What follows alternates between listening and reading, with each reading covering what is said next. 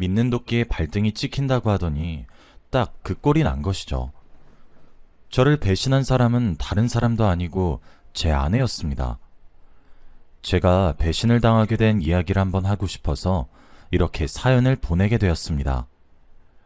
그동안 저도 상처를 받아서 그런지 누군가에게 속이 시원하게 털어놓은 적이 없거든요. 그런데 저도 이제 그 상처를 한번 떨쳐내고 싶습니다. 더 이상 이런 악몽 속에서 살고 싶지 않아서 여러분들의 조언을 구하기 위해 이렇게 글을 써서 사연을 보내봅니다. 이렇게 사연을 보내는 것이 처음이라 많이 서툴 수 있으니 양해 부탁드립니다. 저와 아내는 평생의 동반자라고 부를 정도로 끈끈한 사이였습니다. 그리고 홀어머니로 계셨던 장모님을 저희가 모시고 살고 있었어요. 그래서 그런지 아내는 제게 커다란 고마움을 느끼기 시작했습니다. 사실 정말 하나도 불편하지 않았다고 하면 거짓말이겠지만 장모님과 함께 사는 것이 그렇게 어렵게 느껴지거나 엄청나게 불편하다거나 그러진 않았습니다. 아내와 저는 맞벌이 부부였어요.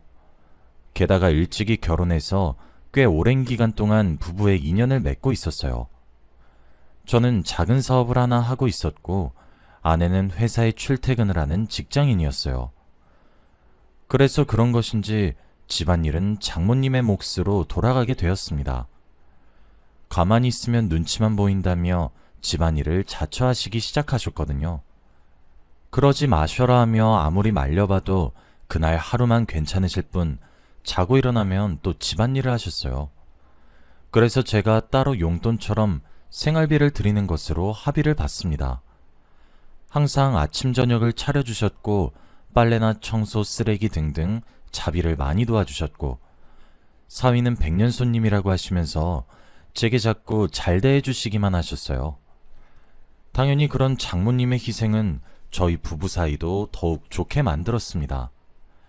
제가 해줄 수 있는 것들을 최대한으로 해주고 싶었고 그렇게 하다 보니까 챙겨주고 싶은 건 스스로 챙겨주게 되더라고요. 그러다 저희 부부에게 예쁜 아이도 찾아왔습니다.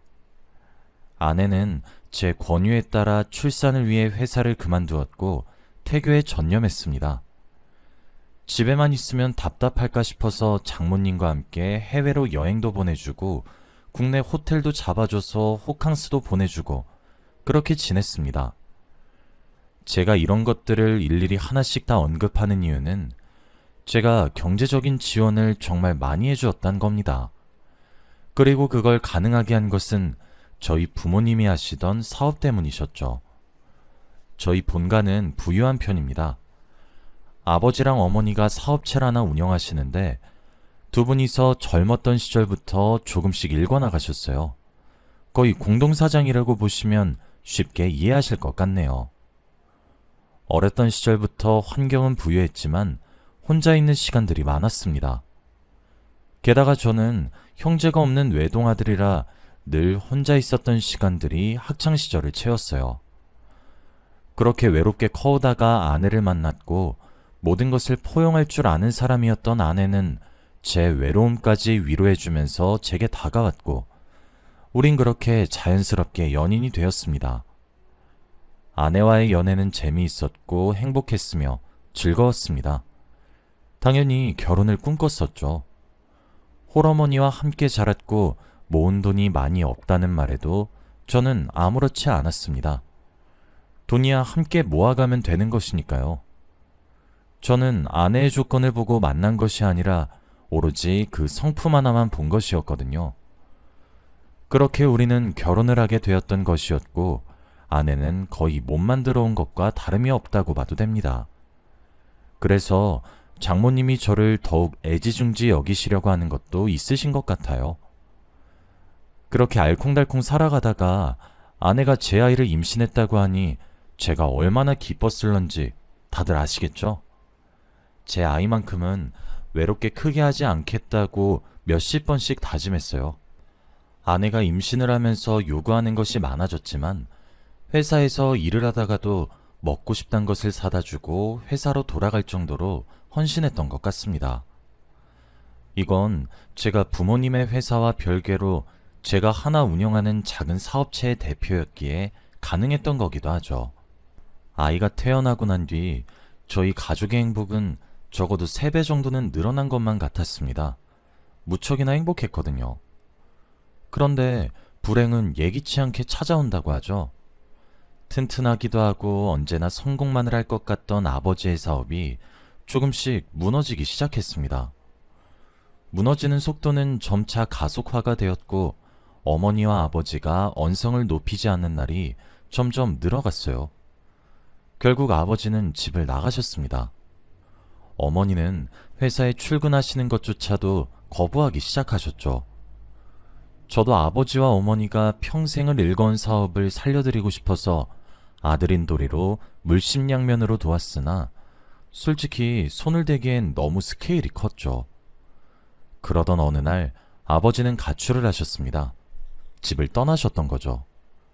그리고 연락이 두절되셨어요. 어머니는 미친 사람처럼 허공을 보며 목 놓아 울기만 했습니다. 어머니는 마음의 병을 받게 되었어요. 그렇게 하루하루 말라갔고 어느새 아버지가 집을 떠나신 지 3년이 되던 해였죠. 저와 아내 사이에 태어난 자식은 4살이 되었던 것이죠. 그리고 그 해 아버지가 돌아오셨습니다. 사실 아버지는 집을 떠났던 시간 동안 무너져가는 사업을 다시 되돌리려고 애를 쓰고 계셨던 거였습니다. 가족들이 힘들어하는 모습을 보게 된다면 자신의 마음도 약해질 것만 같았기에 그냥 길을 쓰고 가족을 피했던 거였다고 말씀을 하셨어요. 그리고 자신이 아내의 말을 귀담아 듣지 못하고 사업을 무리하게 확장하려다가 실패하게 된 것이었기에 자신의 힘으로 바로 세우는 그 순간까지 가족들을 보지 않았던 거였습니다. 제 아버지이지만 참으로 매정하긴 합니다. 아버지는 복구하다 못해 그 불행을 기회의 발판으로 삼아서 오히려 사업의 규모를 더욱 키워서 화려하게 금의 환영을 하시게 되었습니다. 저는 드디어 저희 어머니가 우시는 모습을 보지 않을 테고 우리 가족끼리도 크게 잘 살 수 있고 무난하고 행복하게, 그러나 따스하게 잘 살 수 있을 거라고 당시에만 해도 믿어 의심치 않았습니다. 더 이상 제 결혼 생활에 문제가 될 것이 없으니까 말이에요. 그런데 딸아이가 6살이 되던 해에 커다란 사건이 하나 닥치게 되었습니다. 딸아이가 지나가는 오토바이 뺑소니 사건에 휘말리게 된 것입니다. 몇 미터는 그냥 날아서 갔다 처박혔고 생사가 위협한 상황이었습니다. 딸아이는 병원에 도착하자마자 수술에 들어가야만 했어요. 그리고 그때 아내가 평생을 숨겨왔던 비밀이 밝혀지게 되었죠. 제 혈액형은 O형입니다. 그리고 아내의 혈액형 또한 O형이에요. 그럼 저와 아내 사이에 태어난 아이 또한 역시 O형이어야만 합니다. 그런데 아이의 혈액형은 A형이더군요. 아이의 응급수술을 하게 되는 과정에서 알게 된 이 불편한 진실은 저를 뒤흔들었습니다. 일단 당장 아이의 목숨이 다급한 상황이니 수술 동의서에 사인을 하고 들여보냈습니다. 그리고 저는 어떤 갈피 먼저 잡아야 하는 것인지 정말 심각하게 고민하기 시작했습니다. 장모님도 아시고 있었던 것인지 정말 무엇부터 추궁을 해야 하는지 당최 알 수가 없더군요. 그리고 아이의 혈액형을 함께 들은 아내 또한 지금 무슨 생각을 하는 건지 궁금했고 화가 주체할 수 없이 나기 시작했습니다. 아내를 병원 밖으로 불러내어 이야기를 꺼냈습니다. 왜 아이의 혈액형이 A형인 것인지, 왜 그렇게 담담한 것인지에 대해서 말이에요. 그런데 아내는 본인이 죄를 지어놓고 저한테 모든 것을 숨겼으면서 막상 모든 것이 들통날 상황에 처하니 막연하게 무서웠던 것인지 갑자기 실성한 듯 웃기 시작하면서 모든 진실을 자신의 입으로 고백하기 시작했어요. 아내는 저희 아파트 아랫집에 거주하고 있는 혼자 사는 남자와 불륜 관계를 저지르고 있었고 이사 온 지 얼마 지나지 않은 시점부터 시작해 수년이란 긴 시간 동안 불륜 관계를 유지했다고 하더군요. 아랫집에 사는 그 혼자 사는 남자, 제게 형님 하면서 아주 잘 따르던 사람이었습니다. 그럼 아내가 낳은 아이가 내 아이가 아니란 소리냐는 제 확인사살과도 같은 질문에 아내는 꿀먹은 벙어리 마냥 입을 꾹 다물었고 묵비권을 유지하는 것처럼 굴더니 이내 제게 죄를 용서해달라고 빌기 시작했어요. 저는 올곧은 정신조차 차려지지 않았습니다. 아내는 제게 너무 소중한 사람이었거든요. 저희 어머니가 아버지가 집을 나가시게 되어서 커다란 충격을 받아 쓰러진 이후에도 본인의 어머니를 간호하듯 성심성의껏 보살피기 시작했고 또 남편인 저와 우리 사이에 태어났다고 생각한 아이를 대하는 방식이며 뭐 하나 나무랄 데가 단 한 곳도 없었습니다. 저는 아이 수술을 끝까지 기다리지 못했고 집으로 돌아왔습니다. 집에 도착하니 장모님이 서성거리며 저희 부부가 돌아오길 기다리고 있더군요. 제가 도착하자마자 장모님은 성큼성큼 제게 다가와 이것저것 캐묻기 시작했습니다. 저는 그런 장모님께 여쭤보기로 했습니다. 아내의 불륜 사실을 아는지 모르는지를 말이에요. 장모님께 저는 최대한 차분하게 방금 병원에서 아이 수술을 기다리며 무슨 이야기를 들었는지에 대해 모든 것을 낱낱이 그리고 또 자세히 설명하기 시작했습니다. 그리고 이걸 알고 있었느냐고 물어봤죠. 장모님은 충격을 받은 것 마냥 입을 벌리고 돌처럼 굳어서 서 있었습니다. 그 모습을 보고 있으니 장모님도 몰랐구나 싶더군요. 저는 집에서 쉴 수 없겠다는 생각이 들었습니다. 아내는 아이의 수술이 끝나기를 기다리고 있을 것이고 제가 쉬려고 온 집에는 장모님이 충격에 말을 잇지 못하고 있었어요. 저는 제가 밖으로 나가기로 결정했습니다. 그리고 본가를 향해 터덜터덜 걸어갔어요. 어머니는 아버지가 다시 재기에서 돌아오시고 난 이후 많이 밝아지셨어요. 하지만 밤늦게 갑작스럽게 터덜터덜 들어온 아들을 보시면서 깜짝 놀라셨죠. 무슨 일이냐고 걱정스럽게 호들갑을 떠는 어머니와 무뚝뚝하고 어떻게 보면 이기적인 아버지조차 조금 커진 눈동자로 저를 보며 놀라시는 모습을 보는데 그게 왜 그렇게 서글펐는지 모릅니다. 저는 나이 40을 넘은 나이에 그만 바닥에 주저앉아 엉엉 울어버렸습니다. 마치 아이처럼 말이에요. 저는 울면서 그러나 최대한 정확하게 제가 어떤 이야기를 들었는지에 대해 이야기했습니다. 저희 어머니는 믿는 것조차 어려워하시더군요. 제 아내가 평소에 워낙 잘했고 워낙 현모양처였어야죠. 당장 당사자인 남편조차 믿겨지지가 않는데 시어머니라고 믿겨질 리가 없죠.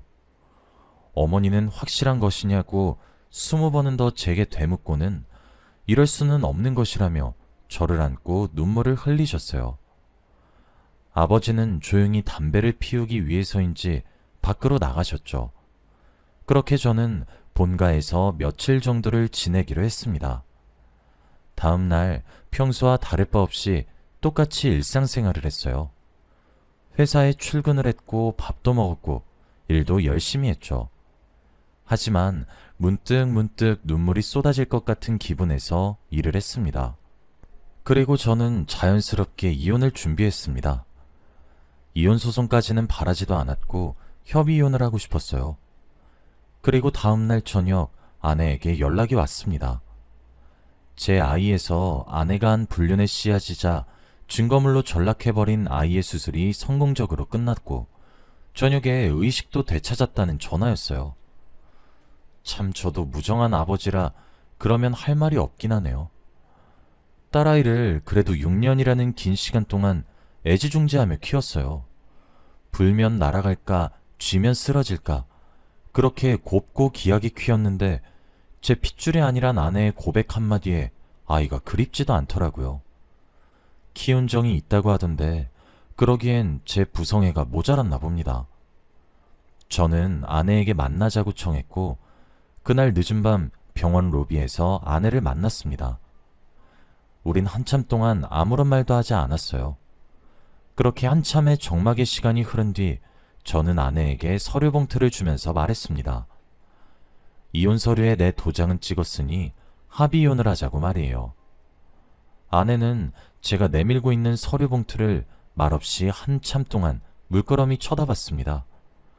받으려는 생각이 없어 보이는 아내의 손을 억지로 펴서 그 손에 서류 봉투를 쥐어주며 말했습니다. 당신이 도장 찍지 않으면 아이와의 유전자 검사 결과를 의뢰해서 그걸 증거로 불륜에 의한 유책 배우자로 당신한테 이혼 소송 걸 거야. 이건 그간 내가 사랑했던 당신과 그래도 6년이란 시간 동안 내 딸이었던 아이를 위한 배려야. 이혼 소송에서 괜히 일 크게 만들지 말고 얌전히 협의연서에 도장 찍고 갈라서자. 라고 말이에요. 아내는 고개를 숙이며 묵묵히 듣고 있더니 제게 한 번만 봐줄 수 없냐고 물어보더군요. 제가 원한다면 딸아이를 장모님께 맡기고 제가 눈을 감는 그 순간까지 안 보이게 하겠다고, 그러니 이혼만은 참아줄 수 없냐고 합니다. 단 한 번의 실수였고 자신이 잠시 미쳤었다고, 이제 제정신을 차렸다며 순식간에 눈에서 눈물을 뽑아내고 제게 무릎을 꿇고 빌더군요. 그런데 그 모습을 보는데 참 로봇을 보는 듯 했습니다. 그냥 그런 느낌이었어요. 저는 그렇게 매달리는 아내를 외면했고 한 달이란 시간 동안 협의이혼 신청하지 않으면 그건 그것대로 나도 최선을 다해서 공격하겠다고 차갑게 경고하고 본가로 돌아갔습니다. 그리고 약속한 한 달이 가기 직전에 아내는 협의이혼서를 법원에 제출했더군요. 아내에게 헤어질 때 아내에게 위자료를 요구하지 않는 대신 재산 분할은 단 한 푼도 해줄 수 없다고 했더니 알겠다고 제 의견을 받아들이더군요. 아내는 미안하단 말과 함께 딸아이와 홀연히 사라졌습니다. 저는 그 이후 제 호적에 올라간 딸아이의 이름을 지우기 위해 친생 자부인의 소를 제기해서 제 호적에서 기어코 딸아이를 제외시켰습니다. 완벽하게 남남이 되기 위해 버텼는데 막상 정말 남남이 되고 제 호적에 아이가 사라지고 나니 너무 허망해졌습니다. 사실 지금 저는 정신과를 다니면서 약에 의지해서 삶을 살아가고 있습니다. 너무 커다란 배신을 받아서인지 제 마음의 상처가 생각보다 깊은 것 같습니다. 저는 다시 긍정적이고 에너지가 넘쳤던 제 자신으로 돌아오고 싶은데 그게 너무 힘들어요. 불면증에 시달리며 지내는 제 자신이 너무 불쌍해요. 자다가도 아내의 배신을 생각하면 울컥울컥 화가 치밀어 오르다가 슬프다가 오락가락합니다. 저는 제가 다시 누군가를 만날 수 있을 거란 상상도 제대로 되지 않고 저희 부모님을 제외한 또 다른 누군가를 만날 수 있을 거란 생각이 전혀 들지 않습니다. 집에만 있게 되면 회사든 뭐든 손에 잡히지 않을까, 저는 제 현실이 괴로우면 괴로울수록 제 자신을 회사 일에 갈아 넣듯이 몰아붙였습니다. 그 결과 저희 부모님의 사업도 제 사업도 점점 승승장구하고 있고 번창해 가고 있는데 제 마음의 한구석은 왜 이렇게 여전히 아프고 헛헛한지 모르겠어요. 제게 펼쳐진 이 고난을 저는 어떻게 헤쳐나가야 현명하게 극복할 수 있을까요? 저보다 인생 선배님들이신 여러분들의 의견을 여쭤보고 싶어서 이렇게 사연을 보내봅니다.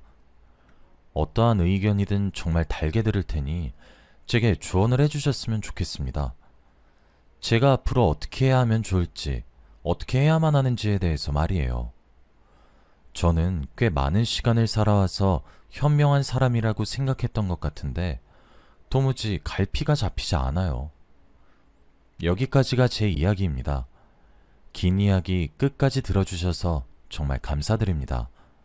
여러분들의 의견을 기다리겠습니다. 감사합니다.